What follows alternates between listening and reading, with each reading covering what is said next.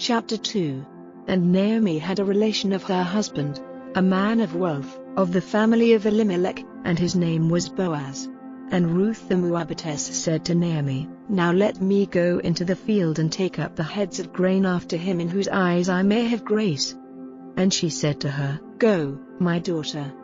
And she went, and came and took up the heads of grain in the field after the cutters, and by chance she went into the part of the field which was the property of Boaz, who was of the family of Elimelech. And Boaz came from Bethlehem, and said to the grain cutters, The Lord be with you. And they made answer, The Lord give you his blessing. Then Boaz said to his servant who was in authority over the cutters, Whose girl is this?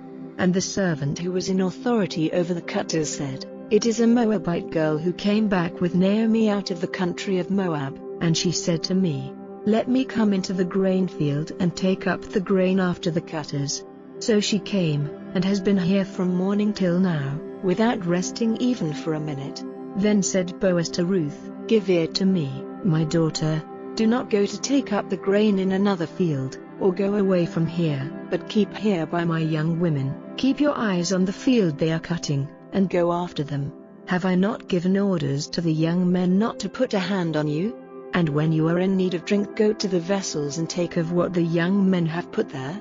Then she went down on her face to the earth, and said to him, Why have I grace in your eyes, that you give attention to me, seeing I am from a strange people? And Boaz answering said to her, I have had news of everything you have done for your mother-in-law after the death of your husband, how you went away from your father and mother in the land of your birth, and came to a people who are strange to you.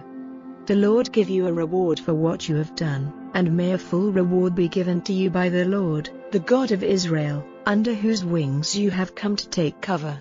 Then she said, May I have grace in your eyes, my lord, for you have given me comfort, and you have said kind words to your servant, though I am not like one of your servants. And at mealtime Boaz said to her, Come here, and take some of the bread, and put your bit into the wine.